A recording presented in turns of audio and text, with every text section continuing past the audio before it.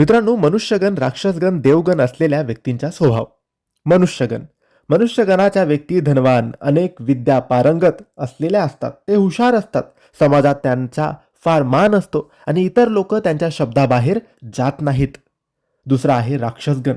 राक्षसगणाचा व्यक्ती नेगेटिव्ह एनर्जीला लवकर ओळखतात. तसेच त्यांचे सिक्स सेन्स जास्त प्रभावी असतात. या व्यक्ती साहसी आणि मजबूत इच्छाशक्तीच्या असतात. त्यांना स्वच्छंद जगायला आवडते. तिसरे आहे देवगण.